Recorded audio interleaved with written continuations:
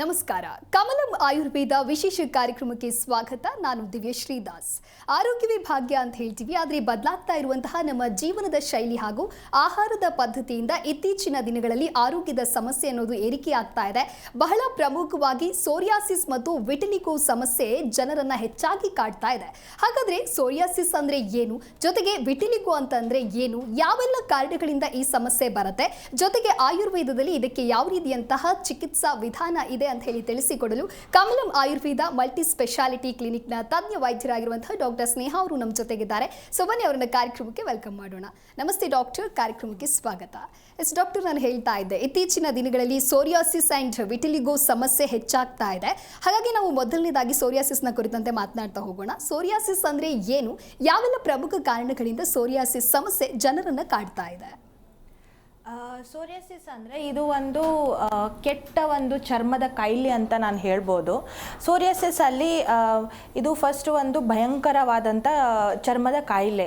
ಈ ಸೋರಿಯಾಸಿಸಲ್ಲಿ ಏನಾಗುತ್ತೆ ಅಂದರೆ ಇದು ಚರ್ಮ ನಮ್ಗೆ ಗೊತ್ತಿರೋ ಪ್ರಕಾರ ಇದು ನಮ್ಮದು ಶರೀರದ ಹೊದಿಕೆ ಅಂತ ಹೇಳ್ಬೋದು. ಇದು ನಮ್ಮ ಸೌಂದರ್ಯ ಒಂದು ಪ್ರತಿಬಿಂಬಿಸುತ್ತೆ. ಸೊ ಹಾಗೆ ನಮಗೆ ಒಂದು ಪಿಂಪಲ್ ಆಗಲಿ, ಒಂದು ಚಿಕ್ಕದು ಏನೋ ಒಂದು ಬರ್ನ್ ಆಗಲಿ ನಮಗೆ ಬಂತಂದರೆ ನಾವು ಏನು ಭಯಭೀತರಾಗ್ತೀವಿ. ಸೊ ಹಾಗೆ ಈ ಸೋರಿಯಾಸಿಸ್ ಅನ್ನೋದು ನಾವು ಆ ಥರ ಜನ ನೋಡಿದ್ರೆ ನಮ್ಗೆ ಇನ್ನೂ ಭಯವಾಗುತ್ತೆ.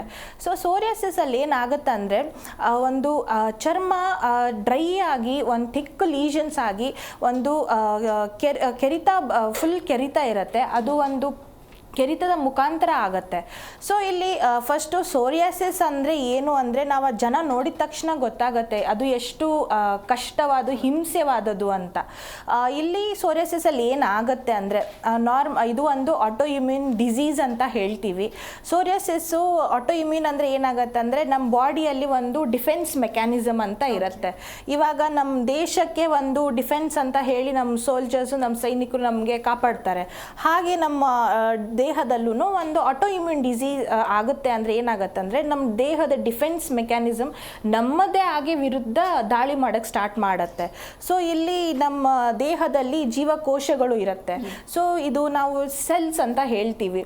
ಸೊ ಇಲ್ಲಿ ಸೋರಿಯಾಸಿಸಲ್ಲಿ ನಾರ್ಮಲ್ ಹೆಲ್ದಿ ಲಿವಿಂಗ್ ಮನುಷ್ಯನಲ್ಲಿ ಒಂದು 28 days to 29 days ಆಗುತ್ತೆ. ನಾರ್ಮಲ್ ಆಗಿ ಸೆಲ್ಸ್ ಹುಟ್ಟುತ್ತೆ ಮತ್ತು ಸಾಯುತ್ತೆ. ದಿಸ್ ಈಸ್ ಅ ನಾರ್ಮಲ್ ಒಂದು ಆಗುತ್ತೆ. ಬಟ್ ಈ ಸೋರಿಯಾಸಿಸಲ್ಲಿ ಏನಾಗುತ್ತೆ ಇದ್ದರ ಜನದಲ್ಲಿ ಇದು ಒಂದು 2 to 4 days ಬೇಗ ಬೇಗ ಆಗಕ್ಕೆ ಸ್ಟಾರ್ಟ್ ಆಗುತ್ತೆ. ಸೊ ಇವಾಗ ಆದಾಗ ಏನಾಗುತ್ತೆ ಅಂದರೆ ಅದು ಸೆಲ್ಸು ಹುಟ್ಟುತ್ತೆ, ಸಾಯುತ್ತೆ. ಇದು ಬೇಗ ಬೇಗ ಪ್ರೊಸೆಸ್ ಆಗ್ತಾ ಹೋಗುತ್ತೆ. ಸೊ ಅದು ನಮ್ಮ ಚರ್ಮದ ಮೇಲೆ ಒಂದು ಥಿಕ್ಕಾಗಿರೋ ಲೀಷನ್ಸ್ ಬರುತ್ತೆ, ಒಂದು ಪ್ಯಾಚ್ ಬರುತ್ತೆ. ಸೊ ಈ ಪ್ಯಾಚ್ ಬಂದಾಗ ಆ ಮನುಷ್ಯನಿಗೆ ಒಂಥರ ಅಸಹ್ಯ ಆಗುತ್ತೆ, ಒಂಥರ ಮುಜುಗರ ಆಗುತ್ತೆ. ಸೊ ಅದು ಎಲ್ಲಾದರೂ ಆಗ್ಬೋದು. ದೇಹದಲ್ಲಿ ಎಷ್ಟೊಂದು ಹಲವಾರು ಥರ ಇದೆ. ಸೊ ಅದರಲ್ಲಿ ಆದಾಗ ಅದು ಮನುಷ್ಯನಿಗೆ ಒಂಥರ ನೊಂದ ಆಗುತ್ತೆ. ಸೊ ಅದಕ್ಕೆ ಈ ಸೋರಿಯಾಸಿಸ್ಸು ಈ ಥರ ಒಂದು ಕಾಯಿಲೆ ಇರೋದ್ರಿಂದ ಅದು ತುಂಬ ಒಂದು ಕಷ್ಟಕರವಾದ ಕಾಯಿಲೆ ಅಂತ ಹೇಳ್ಬೋದು, ತುಂಬ ಭಯಭೀತರಾದಂಥ ಕಾಯಿಲೆ ಅಂತ ಹೇಳ್ಬೋದು.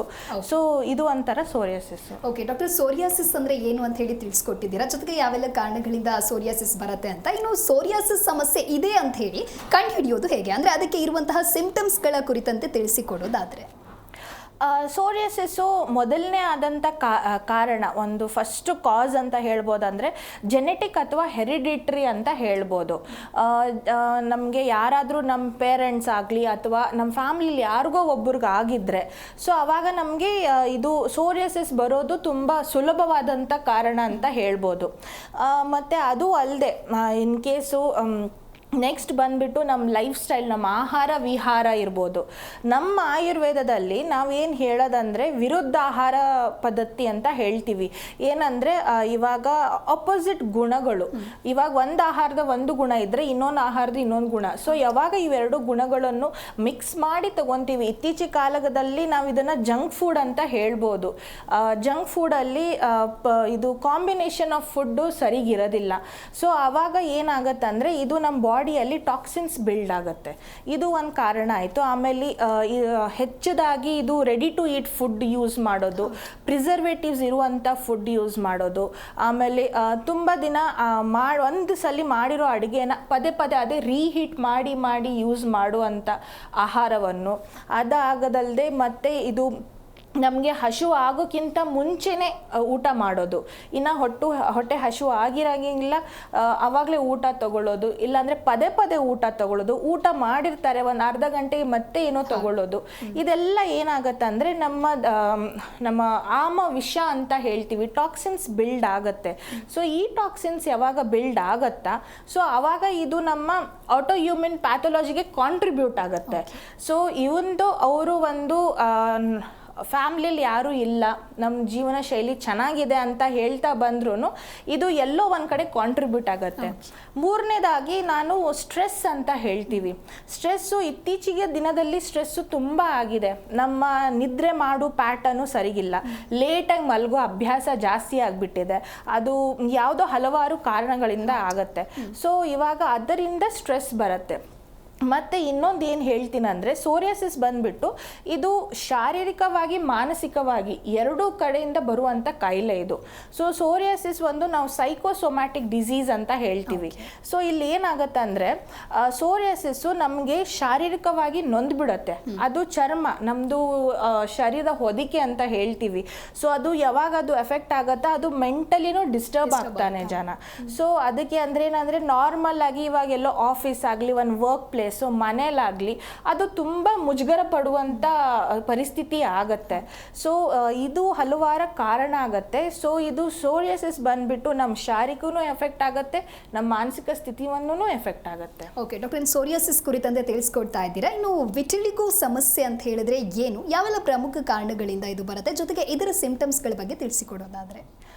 ವಿಟಿಲಿಗೋ ಬಂದ್ರೂ ಇದು ಇನ್ನೊಂದು ಥರ ಚರ್ಮದ ಕಾಯಿಲೆ. ಇದು ಕೂಡ ನಮ್ಮದು ಆಟೋಇಮ್ಯೂನ್ ಪ್ಯಾಥಾಲಜಿಯಿಂದನೇ ಆಗೋದು. ಸೊ ವಿಟಿಲಿಗೋ ಅಂದರೆ ಕಾಮನ್ ಆಗಿ ಕರೆಯೋದು ವೈಟ್ ಸ್ಕಿನ್ ಪ್ಯಾಚು, ನಾವು ಅನ್ನೋದು ಲುಕೋಡರ್ಮಾ ಅಂತ ಹೇಳ್ತೀವಿ. ಸೊ ಇಲ್ಲೇನಾಗುತ್ತೆ ಅಂದರೆ, ನಮ್ಮ ನಾರ್ಮಲ್ ಆಗಿ ನಮ್ಮ ದೇಹದ ಕಲರ್ ಬಂದ್ಬಿಟ್ಟು whitish brown ಆರೆಲ್ಸ್ brown colour. So ಇದನ್ನು ಒಂದು ಪಿಗ್ಮೆಂಟೇಷನ್ ಮೆಲನಿನ್ ಅಂತ ಬೇಕಾಗತ್ತೆ. ಸೊ ಯಾವಾಗ ನಮ್ಮ ದೇಹದಲ್ಲಿ ಒಂದು ಡರ್ಮಿಸ್ ಅನ್ನೋ ಲೇಯರಲ್ಲಿ 3 ಲೇಯರ್ಸ್ ಪಾರ್ಟಲ್ಲಿ ಒಂದಿರೋದು ಡರ್ಮಿಸ್ ಅಂತ, ಆ ಡರ್ಮಿಸಲ್ಲಿ ಮೆಲನೋಸೈಟ್ ಸೆಲ್ ಅಂತ ಇರುತ್ತೆ. ಸೊ ಆ ಮೆಲನೋಸೈಟ್ ಸೆಲ್ ಬಂದ್ಬಿಟ್ಟು ಮೆಲನಿನ್ನ ಪ್ರೊಡ್ಯೂಸ್ ಮಾಡೋದು. ಸೊ ಯಾವಾಗ ಈ ಮೆಲನೋಸೈಟ್ ಸೆಲ್ ಮೇಲೆ ಡಿಸ್ಟ್ರಕ್ಷನ್ ಅಥವಾ ದಾಳಿ ಆಗಕ್ಕೆ ಸ್ಟಾರ್ಟ್ ಆಗುತ್ತೋ ಆವಾಗ ಅದು ಮೆಲನಿನ್ ಪ್ರೊಡ್ಯೂಸ್ ಮಾಡೋದಿಲ್ಲ. ಸೊ ಯಾವಾಗ ಪ್ರೊಡ್ಯೂಸ್ ಮಾಡೋದಿಲ್ಲ ಆವಾಗ ನಮ್ಮ ಸ್ಕಿನ್ನು ವೈಟಿಶ್ ಅಥವಾ ಪಿಂಕಿಶ್ ಕಲರು ಚೇಂಜ್ ಆಗ್ತಾ ಬರುತ್ತೆ. ಸೊ ಸ್ಟಾರ್ಟಿಂಗಲ್ಲಿ ಇದು ಎಲ್ಲೋ ಒಂದು ಕಡೆ ಒಂದು ಚಿಕ್ಕದಾಗಿರೋ ಒಂದು ಸರ್ಕಲ್, ಒಂದು ಪ್ಯಾಚ್ ಥರ ಇರುತ್ತೆ. ಸೊ ಜನ ಏನು ಮಾಡ್ತಾರೆ ಅಂದರೆ, ಯಾವುದೋ ಒಂದು ಕ್ರೀಮು, ಫೋಟೋಥೆರಪಿ ಆಗಲಿ, ಆಮೇಲೆ ಲೋಷನ್ಸು, ಸ್ಟೀರಾಯ್ಡಲ್ ಆಯಿಂಟ್ಮೆಂಟ್ಸು ಈ ಥರ ಎಲ್ಲ ಯೂಸ್ ಮಾಡ್ತಾರೆ. ಅದು ಯಾವಾಗ ಅದು ದೇಹದ ಹಲವಾರು ಭಾಗದಲ್ಲಿ ಹರಡಿದಾಗ ಆವಾಗ ನಮ್ಮ ಹತ್ರ ಬರ್ತಾರೆ. ಸೊ ಇಲ್ಲಿ ಈ ಥರ ಕಾಯಿಲೆಗಳಲ್ಲಿ ಏನು ಹೇಳೋದಂದರೆ, ಈ ರೋಗ ಬಲವನ್ನು ರೋಗಿ ಬಲಕ್ಕಿಂತ ಜಾಸ್ತಿ ಮಾಡಬಾರ್ದು. ಸೊ ಯಾವಾಗ ಅದಾಗತ್ತೋ ಅಂದರೆ ಚಿಕಿತ್ಸೆನೂ ಸ್ವಲ್ಪ ತಡವಾಗುತ್ತೆ. ಸೊ ಇದು ವಿಟಿಲಿಗೋ. ಓಕೆ ಡಾಕ್ಟರ್, ಇನ್ನು ಸೋರಿಯಾಸಿಸ್ ಅಂಡ್ ವಿಟಿಲಿಗೋ ಅಂತ ಹೇಳಿದ್ರೆ ಆಯುರ್ವೇದದಲ್ಲಿ ಇದಕ್ಕೆ ಯಾವ ರೀತಿಯಾದಂತಹ ಚಿಕಿತ್ಸೆಯನ್ನು ನೀವು ನೀಡ್ತೀರಾ?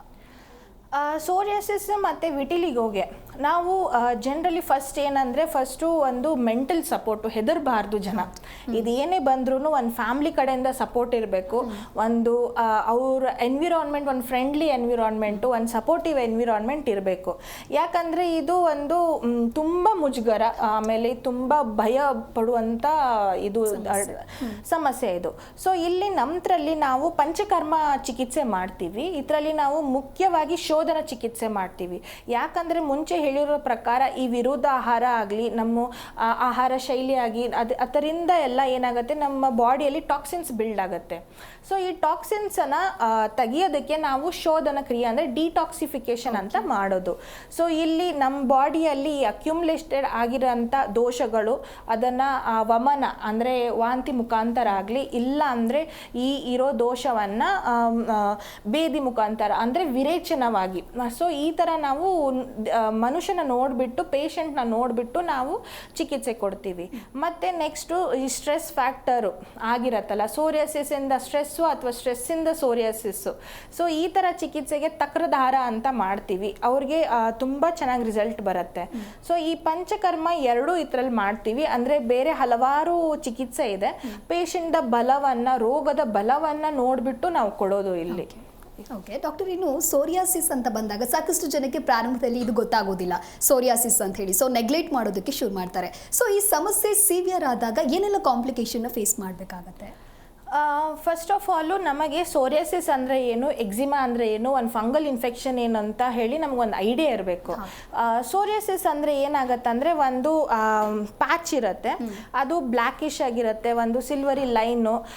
ನಮ್ಮ ಆಯುರ್ವೇದದಲ್ಲಿ ನಾವು ಕಿಟಿಬ ಕುಷ್ಠ ಅಂತ ಹೇಳ್ತೀವಿ. ಸೊ ಇಲ್ಲಿ ಕಿಟಿಬ ಅಂದರೆ ಅದರ ಅರ್ಥ ಬಂದ್ಬಿಟ್ಟು ಫಿಶ್ ಸ್ಕೇಲ್ಸ್ ಇರುತ್ತಲ್ಲ, ಸೊ ಅದು ಪ್ಯಾಚ್ ಬಂದ್ಬಿಟ್ಟು ಫಿಶ್ ಸ್ಕೇಲ್ ಹೇಗೆ ಉದುರು ಹೋಗ್ತಾ ಇರುತ್ತೆ ಆ ಥರ ಉದುರು ಹೋಗ್ತಾ ಇರುತ್ತೆ ಈ ಸೋರಿಯಾಸಿಸ್ ಅಲ್ಲಿ. ಸೊ ಎಕ್ಸಿಮಾ ಅಂತ ಬಂದ್ಬಿಟ್ರೆ ಅದರಲ್ಲಿನೂ ಅದು ಕೂಡ ನೋಡೋದಕ್ಕೆ ಸಿಮಿಲರ್ ಇದೆ, ಹಲವಾರು ಸ್ಕಿನ್ ಡಿಸೀಸ್ ಇದೆ, ಯಾವುದು ಸೋರಿಯಾಸಿಸ್ ಥರಾನೇ ಕಾಣುತ್ತೆ. ಸೊ ಎಕ್ಸಿಮಾ ಬಂದ್ಬಿಟ್ಟು ಇದು ವೈಡ್ ಆಗಿರುತ್ತೆ, ಅಗಲವಾಗಿರುತ್ತೆ. ಆಮೇಲೆ ಈ ಸೋರಿಯಾಸಿಸ್ ಥರ ದಪ್ಪವಾಗಿರೋದಿಲ್ಲ, ಅಗಲವಾಗಿರುತ್ತೆ, ಸ್ವಲ್ಪ ನೀರು ಬರ್ತಾ ಇರುತ್ತೆ. ಆಮೇಲೆ ಸೋರಿಯಾಸಿಸ್ ತುರುಕೇನೆ ಬೇರೆ, ಆ ತುರುಕು ಕೆರೆತ ಮಾಡೋದೇ ಬೇರೆ. ಸ್ವಲ್ಪ ಜನಕ್ಕೆ ಅದು ತುಂಬ ಏನೇನೋ ತಗೊಂಡು ತುರ್ಕೊಂಡು ಬಿಡ್ತಾರೆ. ಸೊ ಬಟ್ ಎಕ್ಸಿಮಾ ಅಷ್ಟು ಇದು ಇರೋದಿಲ್ಲ. ಆಮೇಲೆ ಇನ್ಫೆಕ್ಷಸ್ ಡಿಸೀಸ್ ಅಂದರೆ ಅದು ಇನ್ಫೆಕ್ಷಸ್ ಸ್ಕಿನ್ನಲ್ಲಿ ಏನಾಗುತ್ತೆ ಅಂದರೆ ಅದ್ರಲ್ಲಿ ವಾಟ್ರಿ ಡಿಸ್ಚಾರ್ಜ್ ಇರುತ್ತೆ. ಆಮೇಲೆ ಅದು ಮನೆಯಲ್ಲಿರೋರಿಗೆ ಎಲ್ಲರ ಕಡೆ ಹರಡ್ಬಿಡತ್ತೆ. ಅದು ಸೋರಿಯಾಸಿಸ್ ಹರಡುವಂಥದ್ದಲ್ಲ. ಸೊ ಅದು ಈ ಥರ ನಾವು ಇದು ಡಿಫ್ರೆನ್ಷಿಯೇಟ್ ಮಾಡಿಕೊಂಡು ಲೈಕ್ ಅರ್ಲಿ ಟ್ರೀಟ್ಮೆಂಟ್ಗೆ ನಾವು ಅಪ್ರೋಚ್ ಮಾಡ್ಬೋದು. ಓಕೆ ಡಾಕ್ಟರ್, ಇನ್ನು ಚಳಿಗಾಲ ಬಂತು ಅಂತ ಹೇಳಿದ್ರೆ ನಮ್ಮ ಸ್ಕಿನ್ ಡ್ರೈ ಆಗೋದಕ್ಕೆ ಶುರು ಆಗುತ್ತೆ, ಫ್ಲೇಕ್ಸ್ ಲೈಕ್ ಪುಡಿ ಪುಡಿಯಾಗಿ ಉದ್ರಕ್ಕೆ ಶುರು ಆಗುತ್ತೆ. ಸೊ ಇದನ್ನು ಸೋರಿಯಾಸಿಸ್ ಅಂತ ಹೇಳಿ ಡಯಾಗ್ನೋಸ್ ಮಾಡೋದು ಹೇಗೆ ಅಂತ ಹೇಳಿ? ಅದಾಗಲೇ ಹೇಳಿದಾಗ ಈ ಸೋರಿಯಾಸಿಸ್ ಅಂದರೆ ಒಂದು ಡ್ರೈನೆಸ್ ಅದರದ್ದು ಮುಖ್ಯವಾದ ಕ್ವಾಲಿಟಿ, ಅದು ಅದಕ್ಕೆ ಅಷ್ಟು ತುರ್ಕೆ ಬರೋದು.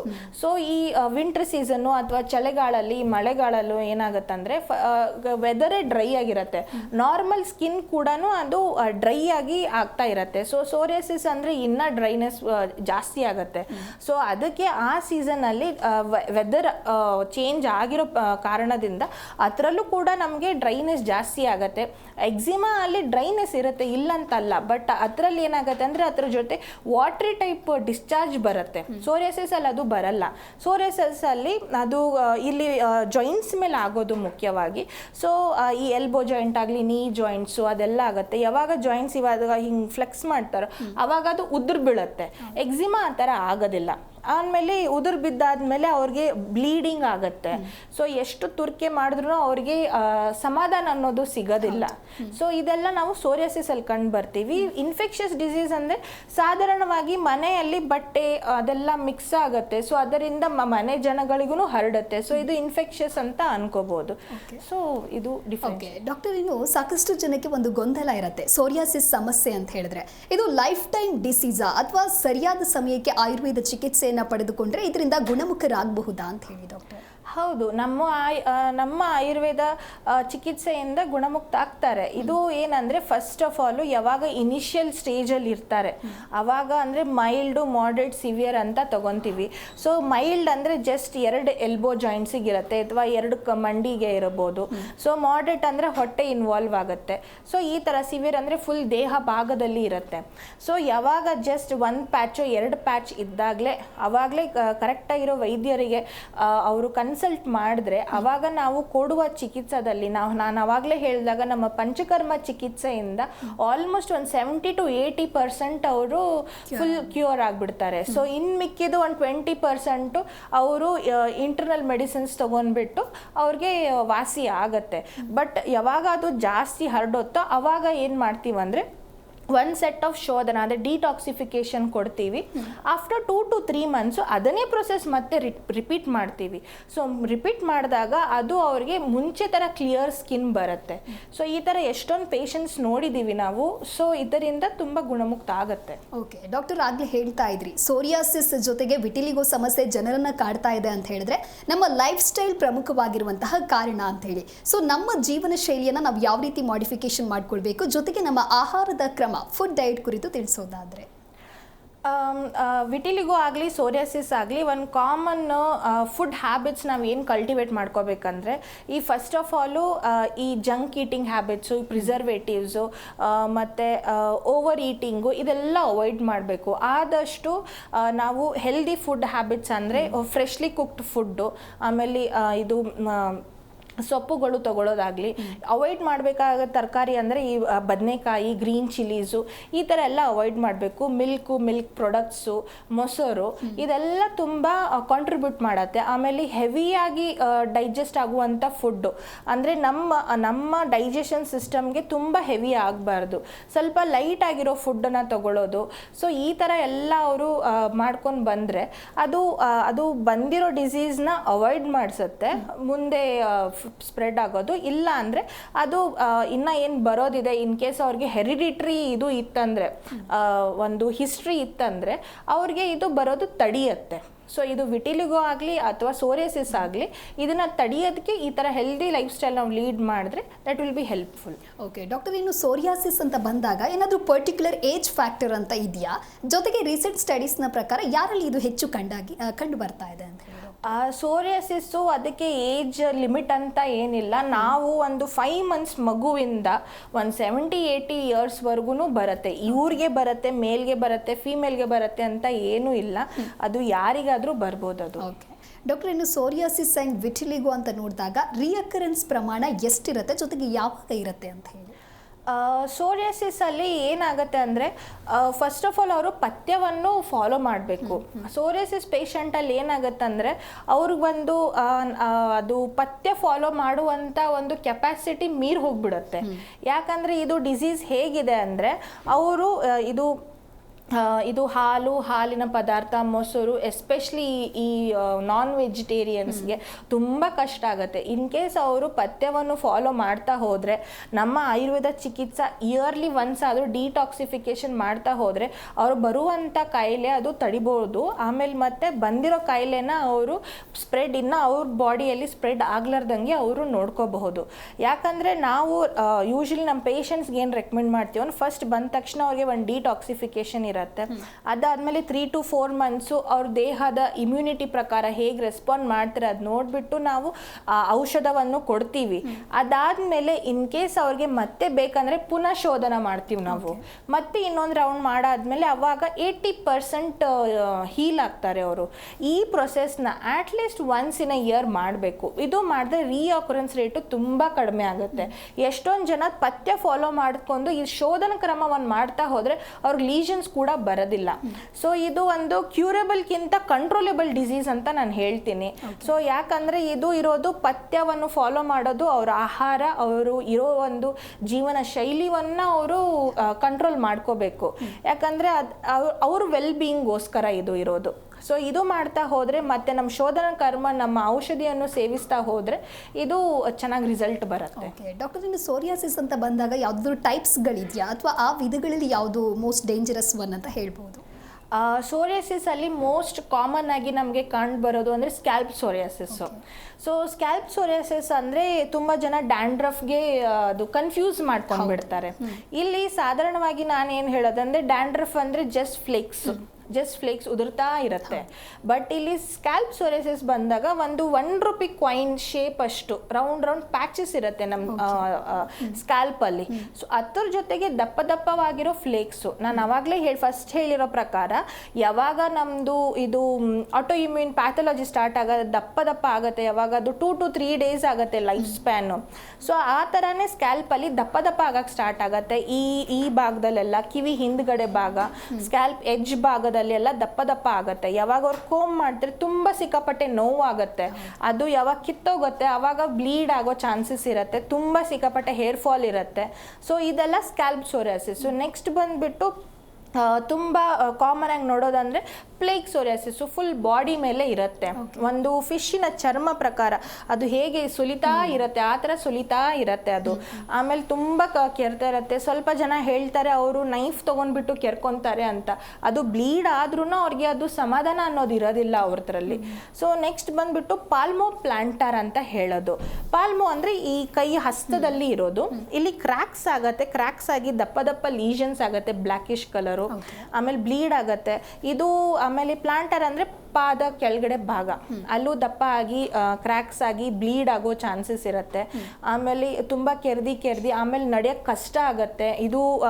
ಇದು ನಾನು ಮುಂಚೆ ಹೇಳಿರೋ ಪ್ರಕಾರ ಮುಜುಗರ ಆಗತ್ತೆ. ಇವನ್ ಯಾರಿಗೋ ಒಂದು ಹ್ಯಾಂಡ್ ಶೇಕ್ ಮಾಡ್ಬೇಕಂದ್ರೂ ಅವರು ಅಂತ ಕಷ್ಟ ಆಗತ್ತೆ.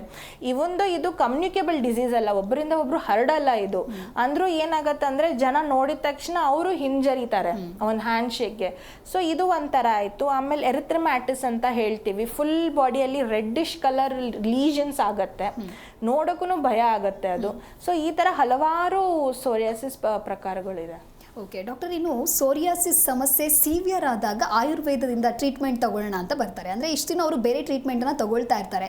ಸಡನ್ ಆಗಿ ಆಯುರ್ವೇದ ಚಿಕಿತ್ಸೆಯನ್ನು ಪಡೆದುಕೊಂಡ್ರೆ ಏನಾದರೂ ಎಫೆಕ್ಟ್ ಆಗುತ್ತಾ ಏನು ಅಂತ ಹೇಳಿ? ಇಲ್ಲಿ ಏನು ಹೇಳ್ತೀನಂದರೆ, ಫಸ್ಟು ಸ್ಟಾರ್ಟಿಂಗು ಸೋರಿಯಾಸಿಸ್ ಬಂದಾಗ ಅವಾಗ ಏನು ಮಾಡ್ತಾರೆ ಅಂದರೆ ಫಸ್ಟ್ ಹೋಗ್ಬಿಟ್ಟು ಒಂದು ಮೆಡಿಕಲ್ ಶಾಪಿಗೆ ಹೋಗ್ಬಿಟ್ಟು ಒಂದು ಸ್ಟೀರಾಯ್ಡಲ್ ಕ್ರೀಮು, ಅವರೇ ಒಂದು ಸೆಲ್ಫ್ ಅಪ್ಲಿಕೇಶನ್ ಲೋಷನ್ನು ಇದೆಲ್ಲ ಮಾಡ್ತಾರೆ.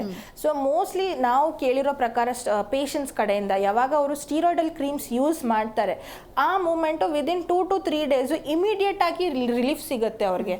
ಅದು ಲೀಷನ್ಸೇ ಹೋಗ್ಬಿಡುತ್ತೆ, ಕ್ಷಣಕ್ಕೆ ತುಂಬ ಚೆನ್ನಾಗಿ ರಿಸಲ್ಟ್ ಇರುತ್ತೆ. ಬಟ್ ಅವರ ಪೇಷಂಟ್ಸೇ ಹೇಳೋದೇನೆಂದರೆ ಬಿಟ್ಟು ಹಲವಾರು ಸ್ವಲ್ಪ ದಿನಗಳಲ್ಲಿ ಮತ್ತೆ ಅದು ಒಂದಲ್ಲ, ಅದು ರಿಬಾಂಡ್ ಆಗಿ ಎಷ್ಟೊಂದು ಲೀಷನ್ಸ್ ಆಗುತ್ತೆ. ಇದನ್ನು ನಾವು ಕಂಡು ಬರುತ್ತೀವಿ. ಬೇರೆ ಇದರಲ್ಲಿ ಅವ್ರು ಏನು ಮಾಡ್ತಾರೆ ಅಂದರೆ ಲಾಕ್ಷಣಿಕವಾಗಿ ಚಿಕಿತ್ಸೆ ಇರುತ್ತೆ. ಸೊ ನಮ್ಮ ಆಯುರ್ವೇದ, ನಮ್ಮ ಕಮಲಮ ಆಯುರ್ವೇದದಲ್ಲಿ ನಾವೇನು ಮಾಡೋದಂದರೆ, ನಾವು ಇದು ಸೋರಿಯಾಸಿಸ್ ಬಂದು ಬರೀ ಸ್ಕಿನ್ನಲ್ಲಿ ಇರುವಂಥ ರೋಗ ಅಲ್ಲ, ಇದು ಇಂಟರ್ನಲ್ ಆಗೂ ಪ್ಯಾಥಾಲಜಿ ಇದೆ ಇದು. ಸೊ ಅದನ್ನು ನಾವು ಬೇರ್ ಸಮೇತವನ್ನು ನಾವು ಚಿಕಿತ್ಸೆ ಕೊಡ್ತೀವಿ. ಸೊ ಅದಕ್ಕಾಗಿ ನಾವು ಏನು ಹೇಳೋದಂದರೆ ಇದಕ್ಕೆ ಬೇರ್ ಸಮೇತವಾಗಿ ಚಿಕಿತ್ಸೆ ತಗೊಂಡ್ರೆ ಇದು ತುಂಬ ಒಳ್ಳೇದಿರುತ್ತೆ. ಓಕೆ ಡಾಕ್ಟರ್, ಇನ್ನು ವಿಟಿಲಿಗೋ ಸಮಸ್ಯೆ ಕೂಡ ಸಿವಿಯರ್ ಆದಂತಹ ಸಂದರ್ಭದಲ್ಲಿ ಆಯುರ್ವೇದ ಚಿಕಿತ್ಸೆಯನ್ನು ಪಡೆದುಕೊಂಡ್ರೆ ಆ ಚಿಕಿತ್ಸೆ ಏನಾದರೂ ಫಲ ಕೊಡುತ್ತಾ ಅಥವಾ ಏನು ಅಂತ ಹೇಳಿ? ವಿಟಿಲಿಗೋ ಅಲ್ಲಿ ಅವರು ಇನಿಷಿಯಲ್ ಸ್ಟೇಜ್ದಲ್ಲಿ ಬಂದರೆ, ಯಾವಾಗ ಅದು ಚಿಕ್ಕ ಪ್ಯಾಚ್ ಇದ್ದಾಗಲೇ ಒಂದು ಸ್ವಲ್ಪ ಕಡೆ ಇದೆ ಅವಾಗ ಬಂದರೆ ತುಂಬ ಚೆನ್ನಾಗಿ ರಿಸಲ್ಟ್ ಇದೆ. ಅವರಿಗೆ ನಾರ್ಮಲ್ ಸ್ಕಿನ್ ಬಂದ್ಬಿಡತ್ತೆ. ಯಾವಾಗ ಅದು ಸ್ವಲ್ಪ ದೇಹದ ಭಾಗದಲ್ಲಿ ಹರಡುತ್ತೋ ಆವಾಗ ಸ್ವಲ್ಪ ಟೈಮ್ ತಗೊಳುತ್ತೆ. ಬಟ್ ಅದರಲ್ಲೂ ಕೂಡ ನಮಗೆ ರಿಸಲ್ಟ್ಸ್ ಬಂದಿದೆ. ಸೊ ವಿಟಿಲಿಗೋದಲ್ಲಿ ಏನು ಹೇಳೋದಂದರೆ, ಯಾವಾಗ ಅದು ಇನಿಷಿಯಲ್ ಸ್ಟೇಜಲ್ಲಿದೆ ಆವಾಗಲೇ ಬಂದುಬಿಟ್ಟು ನಮ್ಮ ಹತ್ರ ಚಿಕಿತ್ಸೆ ತಗೊಂಡ್ರೆ ಗುಣಮುಕ್ತ ಆಗ್ತಾರೆ. ಓಕೆ ಡಾಕ್ಟರ್, ಇನ್ನು BP, ಶುಗರ್ ಈ ರೀತಿಯಾಗಿ ಪೇಷಂಟ್ಗಳು ಸಫರ್ ಪಡ್ತಾ ಇರ್ತಾರೆ. ಅಂಥವರಿಗೆ ಏನಾದರೂ ಸೋರಿಯಾಸಿಸ್ ಸಮಸ್ಯೆ ಬಂತು ಅಂತ ಹೇಳಿದ್ರೆ ಅವರ ಆರೋಗ್ಯ ಸ್ಥಿತಿ ಯಾವ ರೀತಿಯಾಗಿರುತ್ತೆ ಅಂತ, ಅಂದರೆ ಎಷ್ಟು ಎಫೆಕ್ಟ್ ಆಗುತ್ತೆ ಅಂತ ಹೇಳಿ? ಸೋರಿಯಾಸಿಸ್ ಇದ್ದವ್ರಿಗೆ BP, ಶುಗರ್ ಅಥವಾ ಇತ್ತಂದರೆ ಕೋಮಾರ್ಬಿಡಿಟೀಸು, ಸೊ ಅವಾಗ ಅದು ತುಂಬ ಕಷ್ಟವಾಗತ್ತೆ. ಅಂದರೆ ಯಾಕಂದರೆ ಆಲ್ರೆಡಿ ಅವರು ಸಿಸ್ಟಮಿಕ್ ಡಿಸೀಸ್ ಇದೆ, ಅವ್ರಿಗೆ BP ಇದೆ ಮತ್ತು ಶುಗರ್ ಇದೆ. ಎಷ್ಟೊಂದು ಜನಕ್ಕೆ ಸೋರಿಯಾಸಿಸಿಂದ BP ಮತ್ತು ಶುಗರ್ ಬರೋದು, ಹಾರ್ಟ್ ಡಿಸೀಸ್ ಬರೋದು, ಸ್ಟ್ರೋಕ್ ಬರೋದು, ಇದೆಲ್ಲ ಕಂಡು ಬರ್ತೀವಿ. ಇದೆಲ್ಲ ಒಂದಕ್ಕೊಂದು ಇಂಟರ್ಲಿಂಕ್ಡ್ ಆಗಿದೆ. ಸೊ ಅದೂ ಕೂಡ ಫಾರ್ ಎಕ್ಸಾಂಪಲ್ ಇವಾಗ ಒಂದು ಡಯಾಬಿಟಿಸ್ ಇದ್ದವ್ರಿಗೆ ಒಂದು ವೂಂಡ್ ವಾಸಿ ಆಗೋದೇ ತುಂಬ ಕಷ್ಟ ಆಗುತ್ತೆ. ಸೊ ಅದರಲ್ಲಿ ಸೋರಿಯಾಸಿಸ್ ತುಂಬ ಕಷ್ಟ ಆಗುತ್ತೆ. ಬಟ್ ನಮ್ಮ ಕಮಲಂ ಆಯುರ್ವೇದದಲ್ಲಿ ಇಂಥ ಜನಗಳಿಗೂ ನಾವು ಟ್ರೀಟ್ಮೆಂಟ್ ಕೊಡ್ತೀವಿ. ಅವ್ರಿಗೂ ಸೇಮ್ ಅವ್ರದ್ದು ಬಲ ನೋಡಿಬಿಟ್ಟು, ಅವ್ರದ್ದು ರೋಗದ ಬಲ ನೋಡಿಬಿಟ್ಟು ನಾವು ಅವರಿಗೆ ಶೋಧನ ಅಡ್ವೈಸ್ ಮಾಡಿ ಅವರಿಗೆ ಚೆನ್ನಾಗಿ ರಿಸಲ್ಟ್ಸ್ ಬಂದಿದೆ. ಓಕೆ ಡಾಕ್ಟರ್, ಇನ್ನು ಸೋರಿಯಾಸಿಸ್ ಆ್ಯಂಡ್ ವಿಟಿಲಿಗೋ ಸಮಸ್ಯೆ ಬರಬಾರ್ದು, ಕಾಡಬಾರ್ದು ಅಂತ ಹೇಳಿದ್ರೆ ನಾವು ಏನೆಲ್ಲ ಮುನ್ನೆಚ್ಚರಿಕೆ ಕ್ರಮಗಳನ್ನು ವಹಿಸಬೇಕಾಗುತ್ತೆ, ಸೇಫ್ಟಿ ಮೆಷರ್ಸ್ನ ಕುರಿತಂತೆ ಹೇಳೋದಾದರೆ? ಓಕೆ, ನಾನು ಮುಖ್ಯವಾಗಿ 3 ಟಿಪ್ಸ್ ಅಂತ ಹೇಳ್ಬೋದು. ಫಸ್ಟ್ ಒಂದು ಹೆಲ್ದಿ ಲೈಫ್ ಸ್ಟೈಲು, ಮತ್ತು ಹೆಲ್ದಿ ಮೈಂಡ್ ಸೆಟ್ ಅಂತ ಫಾಲೋ ಮಾಡಬೇಕು, ಮತ್ತು ಹೆಲ್ದಿ ಸ್ಲೀಪಿಂಗ್ ಹ್ಯಾಬಿಟ್ಸು, ಇದೆಲ್ಲ ಫುಡ್ ಹ್ಯಾಬಿಟ್ಸು ಅದೆಲ್ಲ ಫಾಲೋ ಮಾಡಬೇಕು. ಹೆಲ್ದಿ ಲೈಫ್ ಸ್ಟೈಲ್ ಅಂದರೆ ನಾವು ನಾವು ಮಾಡ್ತಿರೋ ನಮ್ದು ಸ್ಲೀಪಿಂಗ್ ಹ್ಯಾಬಿಟ್ಸ್ ಆಗಲಿ, ನಮ್ಮ ಫುಡ್ ಹ್ಯಾಬಿಟ್ಸ್ ಆಗಲಿ, ಆವಾಗಲೇ ಹೇಳಿರೋ ಪ್ರಕಾರ ಇದು ಈ ಜಂಕನ್ನು ಅವಾಯ್ಡ್ ಮಾಡಬೇಕು, ಪ್ರಿಸರ್ವೇಟಿವ್ ಇದನ್ನು ಅವಾಯ್ಡ್ ಮಾಡಬೇಕು. ಅದನ್ನೆಲ್ಲ ಅವಾಯ್ಡ್ ಮಾಡಿಬಿಟ್ಟು ಮೇಯ್ನಾಗಿ ಮೈಂಡ್ ಸೆಟ್ಟಲ್ಲಿ ಏನಾಗುತ್ತಂದರೆ ಅದು ಫಸ್ಟ್ ಆಫ್ ಆಲ್ ಅದು ಒಂದು ಸೋಷಿಯಲ್ ಸ್ಟಿಗ್ಮಾ ಇದೆ, ಒಂದು ಮುಜುಗರ ಆಗುವಂಥ ಒಂದು ಸಂದರ್ಭ ಇದು ಕಾಯಿಲೆ. ಸೊ ಅದಕ್ಕೆ ಅವ್ರಿಗೆ ಒಂದು ಫ್ಯಾಮ್ಲಿ ಕಡೆಯಿಂದ ಸಪೋರ್ಟ್ ಇರಬೇಕು. ಎಷ್ಟೊಂದು ಜನಕ್ಕೆ ನಾವು ನೋಡಿರೋ ಪ್ರಕಾರ ಅವ್ರಿಗೆ ಫ್ಯಾಮ್ಲಿಲಿ ಡಿಸ್ಪ್ಯೂಟ್ಸ್ ಆಗತ್ತೆ, ಸಮಸ್ಯೆ ಆಗತ್ತೆ ಗಂಡ ಹೆಂಡತಿ ಮಧ್ಯದಲ್ಲಿ, ಆಮೇಲೆ ಇದು ಮಕ್ಕಳಲ್ಲಿ, ಆಮೇಲೆ ಅವ್ರ ಪೇರೆಂಟ್ಸಿಗೆ ಆಯ್ತಂದ್ರೆ ಅವ್ರದ್ದು ಕಷ್ಟ ಆಗತ್ತೆ. ಸೊ ಅದಕ್ಕೆ ನಾವು ಏನು ಹೇಳೋದಂದ್ರೆ ಫ್ಯಾಮ್ಲಿ ಕಡೆಯಿಂದ ಎಷ್ಟು ಸಪೋರ್ಟ್ ಇರುತ್ತೋ, ಮೇನ್ ಆಗಿ ಸೋರಿಯಾಸಿಸ್ ಇರೋ ಪೇಷಂಟು ಖುಷಿಯಾಗಿರ್ಬೇಕು. ಅವ್ರು ಎಷ್ಟು ಖುಷಿಯಾಗಿರ್ತಾರೆ ಆ ಕಾಯಿಲೆ ವಾಸಿ ಆಗೋದು ಅಷ್ಟೇ ಸುಲಭವಾಗಿರುತ್ತೆ. ಇನ್ ಕೇಸ್ ಅವರು ತುಂಬ ಎನ್ವಿರಾನ್ಮೆಂಟೇ ಸರಿ ಇಲ್ಲ, ಅವರು ತುಂಬ ಅವ್ರಿಗೆ ಹೀನವಾಗಿ ನೋಡ್ತಾ ಇದ್ದಾರೆ, ಅವ್ರಿಗೆ ಸಪ್ರೇಟಾಗಿ ಊಟ ಕೊಡೋದು, ಸಪ್ರೇಟಾಗಿ ಮಲಗಿಸೋದು, ಈ ಥರ ಎಲ್ಲ ಮಾಡುವಂಥದ್ದು ಕಾಯಿಲೆನೇ ಅಲ್ಲ ಇದು ಸೋರಿಯಾಸಿಸ್ಸು. ಅವ್ರಿಗೆ ಇಮೋಷ್ನಲ್ ಆಗಿ ಎಷ್ಟು ಸಪೋರ್ಟ್ ಮಾಡ್ತೀವೋ ಅದು ಅವ್ರಿಗೆ ತುಂಬ ಹೆಲ್ಪ್ ಆಗುತ್ತೆ. ಓಕೆ ಡಾಕ್ಟರ್, ಇನ್ನು ಸಾಮಾನ್ಯವಾಗಿ ಕಜ್ಜಿ ಅಂತ ನಾವೇನು ಕರಿತೀವಿ, ಅಂದರೆ ಬಂಪ್ ಅಂತ ಏನು ಹೇಳ್ತೀವಿ, ಆ ಸಮಸ್ಯೆ ಇದ್ದಾಗ ಕೂಡ ಇಚ್ಚಿಂಗ್ ಶುರುವಾಗುತ್ತೆ. ಸೊ ಸೋರಿಯಾಸಿಸ್ಗೂ ಇದಕ್ಕೂ ಇರುವಂತಹ ಡಿಫ್ರೆನ್ಸ್ ಏನು ಅಂತ ತಿಳಿಸೋದಾದರೆ? ಅದು ನೀವು ಕಜ್ಜಿ ಅಂತ ಬಂಪ್ ಅಂತ ಏನು ಹೇಳ್ತಾ ಇದ್ದೀವಿ, ಅದು ಒಂದು ಸಡನ್ ಆಗಿ ಆಗುತ್ತೆ. ಬಟ್ ಇದು ಸೋರಿಯಾಸಿಸ್ ಅಲ್ಲಿ ಏನಾದರೆ ನೋಡಿದ ತಕ್ಷಣ ಅದು ಒಂಥರ ರೆಡ್ಡಿಶ್ ಕಲರ್ ಆಗಿರುತ್ತೆ. ಸೋರಿಯಾಸಿಸ್ ಬಂದ್ಬಿಟ್ಟು ಬ್ಲ್ಯಾಕ್ ಆಗಿರುತ್ತೆ, ಆಮೇಲೆ ಸಿಲ್ವರಿ ಲೈನ್ಸ್ ಇರುತ್ತೆ, ಆಮೇಲೆ ಇದು ಉದುರು ಹೋಗ್ತಾ ಇರುತ್ತೆ. ಇವನ್ ಎಷ್ಟೊಂದು ಜನ ಮನೇಲಿ ಏನು ಹೇಳ್ತಾರೆ ಅಂದರೆ ಅವ್ರು ಯಾವಾಗ ತುರ್ಕೆ ಮಾಡ್ತಾರೆ, ಲಿಟ್ರಲಿ ಪೌಡ್ರ್ ಥರ ಬೀಳ್ತಾ ಇರುತ್ತೆ. ಸೊ ಈ ಬಂಪ್ಸ್ ಇದೆಲ್ಲ ಆಗೋದಿಲ್ಲ, ಅವ್ರಿಗೆ ಕೆರ್ತಾ ಇರುತ್ತೆ, ಆಫ್ಟರ್ ಸಮ್ ಟೈಮ್ ಅದು ಹೋಗ್ಬಿಡತ್ತೆ. ಬಟ್ ಈ ಸೋರಿಯಾಸಿಸ್ ಆ ಥರ ಅಲ್ಲ. ಈ ಒಂದು ಅವರು ಏನೋ ಸ್ಟಿರಾಯ್ಡಲ್ ಕ್ರೀಮ್ಸ್ ಏನೋ ಹಾಕಿರ್ತಾರೆ, ಆ ಮೂವ್ಮೆಂಟ್ಗೆ ರಿಲೀಫ್ ಇರುತ್ತೆ 1 or 2 days ಅಷ್ಟೇ, ಮತ್ತೆ ತಿರ್ಗಾ ಪುನಃ ಬರುತ್ತೆ. ಇದು ಮೇನ್ ಅಂದರೆ ಪೌಡ್ರ್ ಥರ ಬಿರುತ್ತೆ, ಕ್ರ್ಯಾಕ್ಸ್ ಆಗುತ್ತೆ, ಬ್ಲೀಡ್ ಆಗುತ್ತೆ. ಸೊ ಇದೆಲ್ಲ ಯಾವಾಗ ಇದನ್ನು ನಾವು ಕರೆಕ್ಟಾಗಿ ಟ್ರೀಟ್ ಮಾಡ್ಕೊಂಡಿಲ್ಲ ಅಂದರೆ ಅವಾಗ ಅದು ನಮ್ಮ ನೇಲ್ಸಿಗೂ ಎಫೆಕ್ಟ್ ಆಗುತ್ತೆ. ಸೋರಿಯಾಟಿಕ್ ಅರ್ಥ್ರೈಟಿಸ್ ಅಂತ ಕೂಡ ಹೇಳ್ತೀವಿ. ಯಾವಾಗ ಅದು ನಮ್ಮ ಬೋನ್ಸಿಗೇನು ಅಟ್ಯಾಕ್ ಮಾಡೋಕ್ಕೆ ಸ್ಟಾರ್ಟ್ ಆಗುತ್ತೆ, ಆವಾಗ ಅವ್ರಿಗೆ ನಡೆಯೋಕ್ಕೂ ಕಷ್ಟ ಆಗುತ್ತೆ, ಉಗುರಲ್ಲೆಲ್ಲ ಹುಣ್ಣಾಗ್ಬಿಟ್ಟಿರುತ್ತೆ. ಸೊ ಈ ಥರ ತುಂಬ ಗಂಭೀರವಾದ ಪರಿಸ್ಥಿತಿ ನೋಡ್ತೀವಿ ನಾವು ಸೋರಿಯಾಸಿಸ್ ಪೇಷಂಟಲ್ಲಿ. ಓಕೆ ಡಾಕ್ಟರ್, ಹೇಳ್ತಾ ಇದ್ರಿ ಆಗ ಜೆನೆಟಿಕಲಿ ಕೂಡ ಸೋರಿಯಾಸಿಸ್ ಸಮಸ್ಯೆ ಕಾಡತ್ತೆ ಜನರನ್ನ ಅಂತ ಹೇಳಿ. ಸೊ ಆ ಸಂದರ್ಭದಲ್ಲಿ ಆಯುರ್ವೇದದಲ್ಲಿ ಯಾವ ರೀತಿಯಾದಂತಹ ಚಿಕಿತ್ಸಾ ವಿಧಾನವನ್ನು ನೀವು ನೀಡ್ತೀರಾ? ಯಾವಾಗ ಇದು ಸೋರಿಯಾಸಿಸ್ ತುಂಬ ಗಂಭೀರ ಆಗುತ್ತೆ, ನಾನು ಇವಾಗಲೇ ಹೇಳಿರೋ ಪ್ರಕಾರ ಅದು ಯಾವಾಗ ಟ್ರೀಟ್ ಆಗಿರಂಗಿಲ್ಲ ಅವಾಗ ನೇಲ್ ಸೋರಿಯಾಸಿಸ್ ಅಂತೀವಿ, ಸೋರಿಯಾಟಿಕ್ ಅರ್ಥ್ರೈಟಿಸ್ ಅಂತ ಹೇಳ್ತೀವಿ. ಸೊ ಯಾವಾಗ ಇದು ಈ ಥರ ಆದಾಗ ನಮ್ಮಲ್ಲಿ ಶೋಧನ ಚಿಕಿತ್ಸೆನೇ ಮಾಡೋದು, ಬಟ್ ಅದರಲ್ಲಿ ನಾವು ತಗೊಳ್ಳೋವಂಥ ಔಷಧಿ ಬೇರೆ ಆಗುತ್ತೆ. ಸೊ ಅದು ಔಷಧಿ ನಾನು ಹೇಳಿರೋ ಪ್ರಕಾರ ರೋಗ ರೋಗಿ ಬಲ ಮೇಲೆ ಡಿಪೆಂಡ್ ಆಗುತ್ತೆ. ಸೊ ಇದನ್ನು ಪೇಷಂಟ್ದ ಬಲ, ಆಮೇಲೆ ರೋಗ ಯಾವ ಸ್ಟೇಜಲ್ಲಿದೆ, ಯಾವ ಅವಸ್ಥೆಯಲ್ಲಿದೆ, ಇದೆಲ್ಲ ನೋಡಿಬಿಟ್ಟು ನಾವು ಚಿಕಿತ್ಸೆ ಮಾಡೋದು. ಆಮೇಲೆ ಮೇನ್ ಆಗಿ ಅವ್ರಿಗೆ ಪಥ್ಯ ಅಡ್ವೈಸ್ ಮಾಡೋದು. ಮೇನ್ ಆಗಿ ನಮ್ಮ ಹತ್ರ ಬಂದರೆ ಈ ಚಿಕಿತ್ಸೆ ಕೊಡೋಕ್ಕಿಂತ ಮುಂಚೆ ನಾವು ಅವ್ರಿಗೆ ಅಡ್ವೈಸ್ ಮಾಡೋದು ಅಂದರೆ ಒಂದು ಹೆಲ್ದಿ ಲೈಫ್ ಸ್ಟೈಲು, ಒಂದು ಹೆಲ್ದಿ ಫುಡ್ ಹ್ಯಾಬಿಟ್ಸು. ಯಾಕಂದರೆ ಅದರಲ್ಲೇ ಒಂದು 50% ವಾಸಿ ಆಗಿಬಿಡುತ್ತೆ. ಸೊ ಅದೇ ಮುಖ್ಯವಾಗಿರೋದು. ಇನ್ನು 50% ಬಂದ್ಬಿಟ್ಟು ನಮ್ಮ ಚಿಕಿತ್ಸೆ. Okay, so psoriasis and vitiligo ಸಮಸ್ಯೆಯ ಕುರಿತಂತೆ ಸಾಕಷ್ಟು ಮಾಹಿತಿಯನ್ನು ನಮ್ಮೊಂದಿಗೆ ಹಂಚಿಕೊಂಡಿದ್ದೀರಾ. ಥ್ಯಾಂಕ್ ಯು ಡಾಕ್ಟರ್, ಕಾರ್ಯಕ್ರಮಕ್ಕೆ ಆಗಮಿಸಿದ್ದಕ್ಕಾಗಿ. ನೋಡಿದ್ರಲ್ವಾ ವೀಕ್ಷಕರೇ, ನಮ್ಮ ಇವತ್ತಿನ ಕಾರ್ಯಕ್ರಮದಲ್ಲಿ ಸೋರಿಯಾಸಿಸ್ ಆ್ಯಂಡ್ ವಿಟಿಲಿಗೋ ಅಂದರೆ ಏನು, ಯಾಕೆ ಈ ಸಮಸ್ಯೆ ಬರುತ್ತೆ, ಜೊತೆಗೆ ಆಯುರ್ವೇದದಲ್ಲಿ ಇದಕ್ಕೆ ಯಾವ ರೀತಿಯಾದಂತಹ ಚಿಕಿತ್ಸೆಯನ್ನು ನೀಡ್ತಾರೆ ಅಂತ ಹೇಳಿ ಡಾಕ್ಟರ್ ಬಹಳ ಅರ್ಥಪೂರ್ಣವಾಗಿ ತಿಳಿಸ್ಕೊಟ್ಟಿದ್ದಾರೆ. ನೀವು ಕೂಡ ಈ ಸೋರಿಯಾಸಿಸ್ ಆ್ಯಂಡ್ ವಿಟಿಲಿಗೋ ಸಮಸ್ಯೆಯಿಂದ ಬಳಲ್ತಾ ಇದ್ರೆ ನಿಮ್ಮ ಟಿವಿ ಸ್ಕ್ರೀನ್ ಮೇಲೆ ಲಭ್ಯವಾಗ್ತಾ ಇರುವಂತಹ ಈ ಸಂಖ್ಯೆಗೆ ಕರೆ ಮಾಡಬಹುದು, ಅಥವಾ ಡಾಕ್ಟರನ್ನ ನೇರವಾಗಿ ಭೇಟಿಯಾಗಿ ನಿಮ್ಮ ಸಮಸ್ಯೆಗೆ ಸೂಕ್ತ ಪರಿಹಾರವನ್ನು ಕಂಡುಕೊಳ್ಳಬಹುದು ಅಂತ ಹೇಳ್ತಾ ನೋಡ್ತಾ ಇರಿ ಜಿ ಕನ್ನಡ ನ್ಯೂಸ್, ಸತ್ಯವೇ ಸುದ್ದಿಯ ಜೀವಾಳ.